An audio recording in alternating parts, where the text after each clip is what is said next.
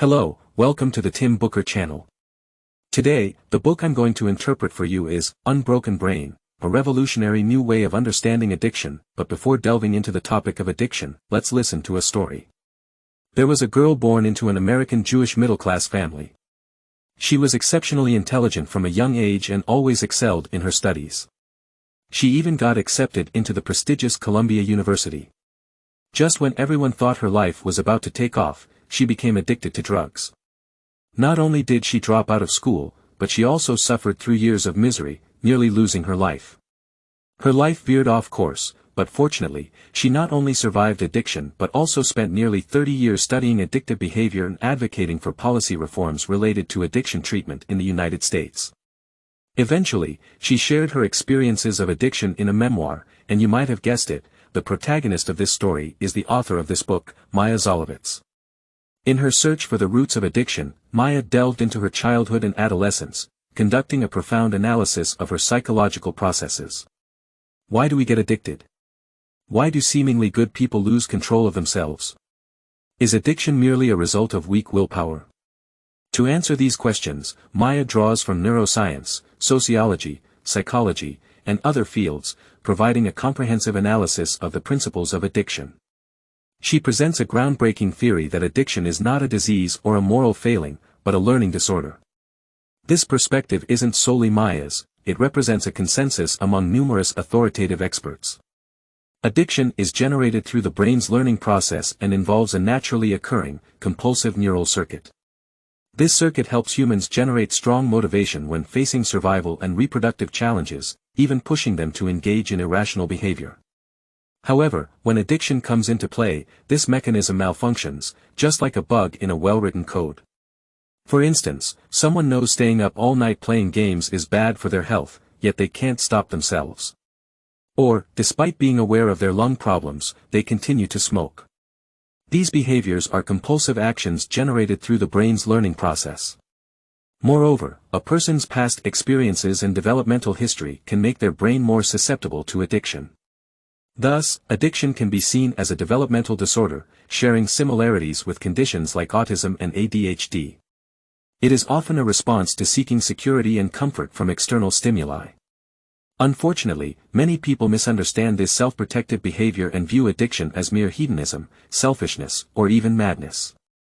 They subject addicted individuals to cruel preaching, which proves futile for overcoming addiction.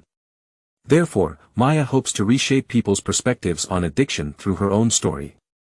Only by recognizing the true nature of addiction as a developmental and learning disorder and by understanding its root causes can we find effective ways to cope with and solve addiction problems. Regardless of the type of addiction, the mechanisms behind addiction are similar. If you or someone you know struggles with issues like smoking, alcohol, internet, or gaming addiction, perhaps Maia's story can bring a different perspective. Okay, next, I'll interpret this book for you in two parts. First, let's talk about Maia's story and see how she went from being a promising child prodigy and Ivy League scholarship recipient to descending into the abyss of drug addiction. Next, let's understand from the perspective of neuroscience why we get addicted and why addiction is often painful. Although this book also touches on many drawbacks of the American addiction system and how it can be improved, due to time constraints, we won't go into detail about that.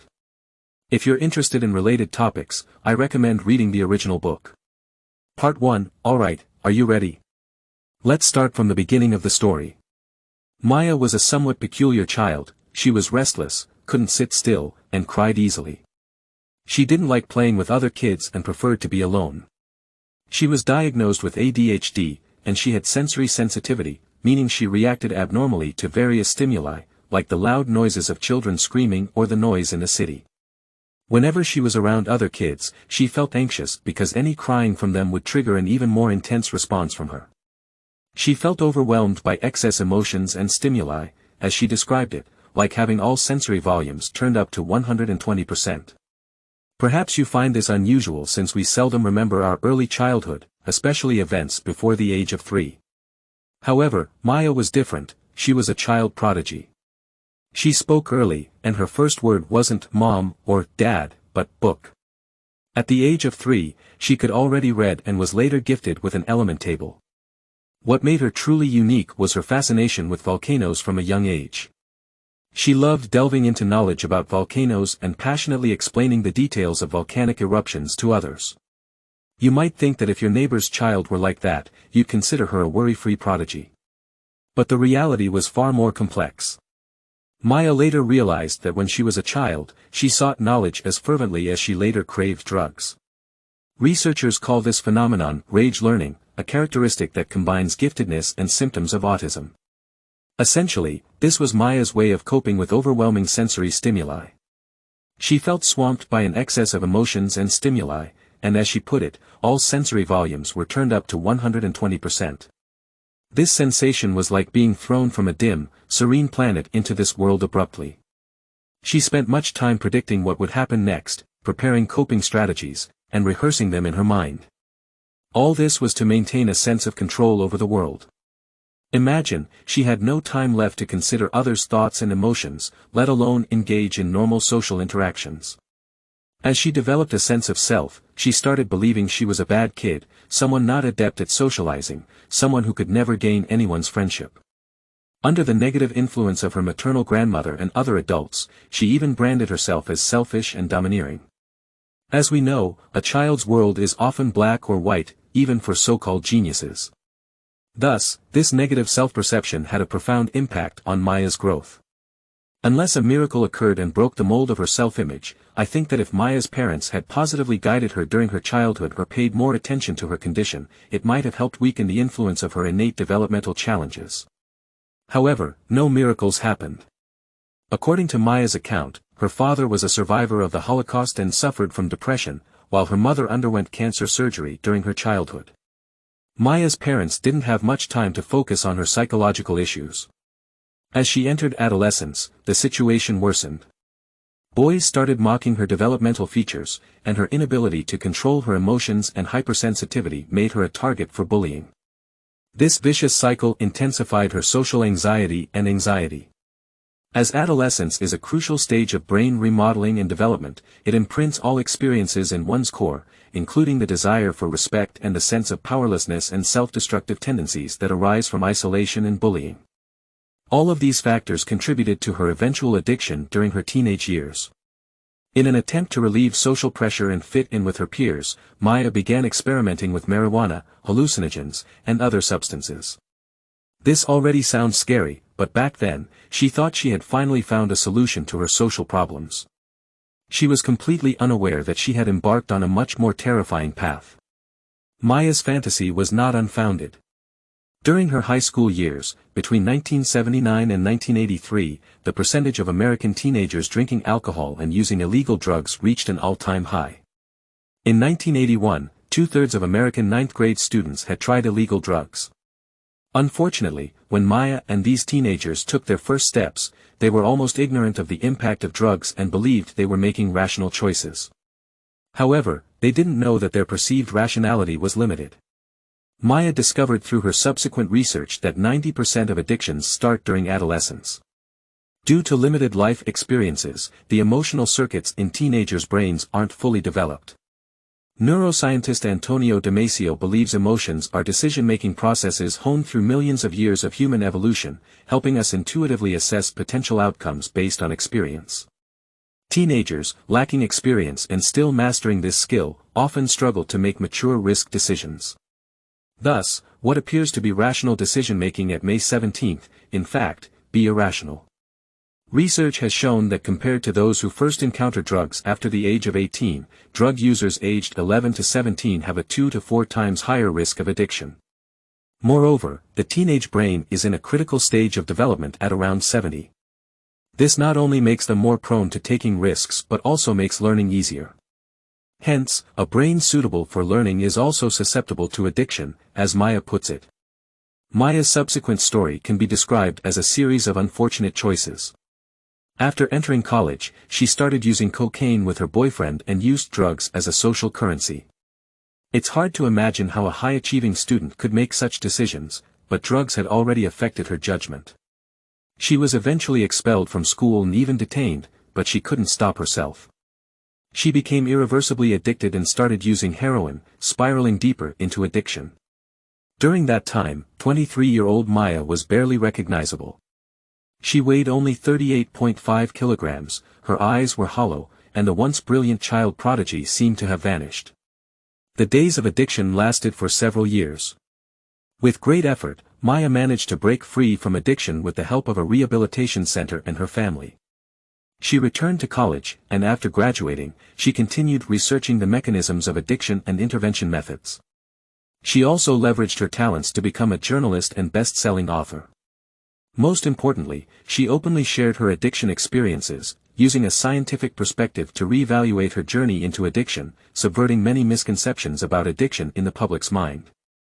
Alright, that's where I'll end Maia's story for you. Let's take a look at the initial question: why do seemingly fine people get addicted? In reality, as author Maia herself stated, her inner anxiety and loneliness never truly disappeared. Beneath the facade of being a good student, she desperately wanted to escape her inner needs and the part of herself that had never been accepted. Perhaps for her, the motivation behind learning and using drugs was fundamentally the same. Both were attempts to escape pain. Throughout Maia's development, there was no single triggering factor for her addiction. Instead, it resulted from years of psychological and social repression, continuously molded by stress and various factors during her adolescence. This eventually led to a brain with developmental disorders, where the teenage brain rapidly learns addiction and is influenced by various social and cultural factors. If Maia had received proper psychological therapy during her growth, more caring from family, or encountered healing friendships during adolescence, any one of these factors might have completely changed her life. Fortunately, Maia later learned about the essence of addiction through her studies and eventually succeeded in overcoming her drug addiction. Now, let's move on to the second part. I want to talk to you about the impact of addiction on the brain's neural function. Why could Maia be aware of the dangers of illicit drugs but still couldn't stop? As mentioned before, Maia almost died from a drug overdose. You might think that a bright child like her should immediately stop when realizing that these substances could kill her. However, not only did she not pull back from the edge, but she even had some outrageous thoughts. For a moment, she contemplated using seduction to obtain drugs, though she never acted upon it.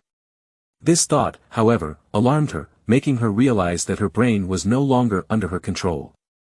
Normally, we associate dopamine, a neurotransmitter in the brain, with pleasure. We think of dopamine as the source of happiness. But in reality, dopamine's function is far more complex. Neuroscientist Wolfram Schultz discovered that dopamine also influences motor functions and can affect a person's motivation and desires. In other words, an excess of dopamine can create irresistible cravings.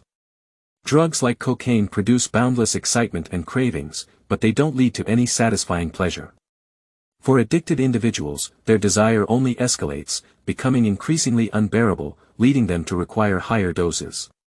This perpetuates an unstoppable cycle. Moreover, the brain has a regulating mechanism. When the levels of chemicals like dopamine become excessive, it recalibrates neural connections to raise the threshold for dopamine reactions, achieving a sense of satisfaction with the minimum required.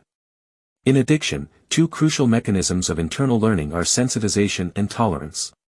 Sensitization amplifies the signals when experiencing something, while tolerance weakens the signals when adapting to a particular situation. In the case of addiction, sensitization makes individuals hyperattentive to drug-related signals, magnifying them far beyond their actual significance. At the same time, they develop tolerance to the drug's effects, making the pleasure diminish over time. As a result, they have to use more drugs each time to trigger the dopamine receptors and achieve satisfaction.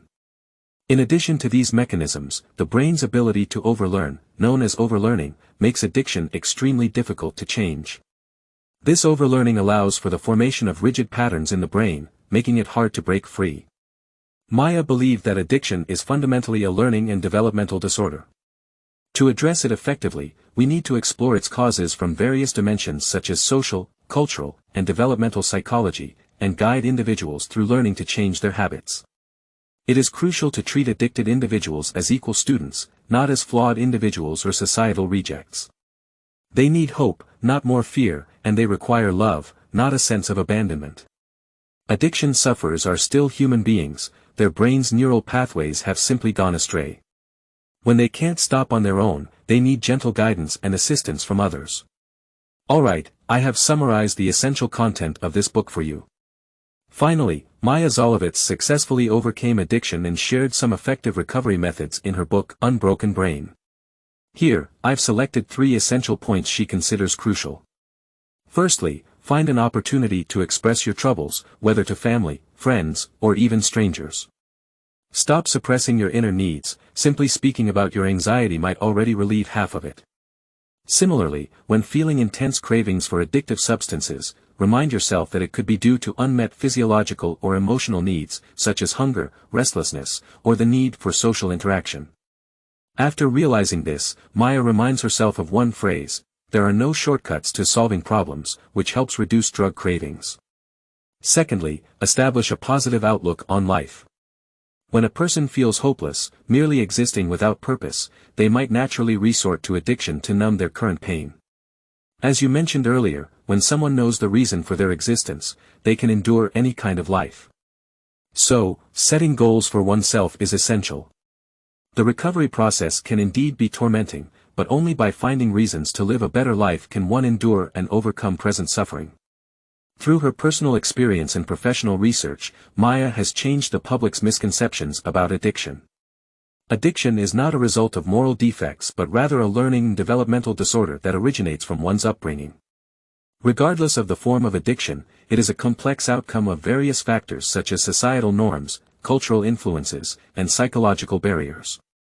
Therefore, we should approach addiction with a peaceful mindset and improve the state of addiction through equal and gentle guidance. From Maia's story, we understand that addiction is not an insurmountable monster, it merely exposes lingering issues from the past. The real harm comes from using addiction as an escape from these problems. Only by bravely facing these issues can true recovery and happiness be achieved. That concludes today's content. Congratulations on completing another book. Thank you for your support and attention. Please subscribe to the Tim Booker channel, like, and share it with your family and friends. Wisdom is worth spreading to create a better future. Thank you and goodbye.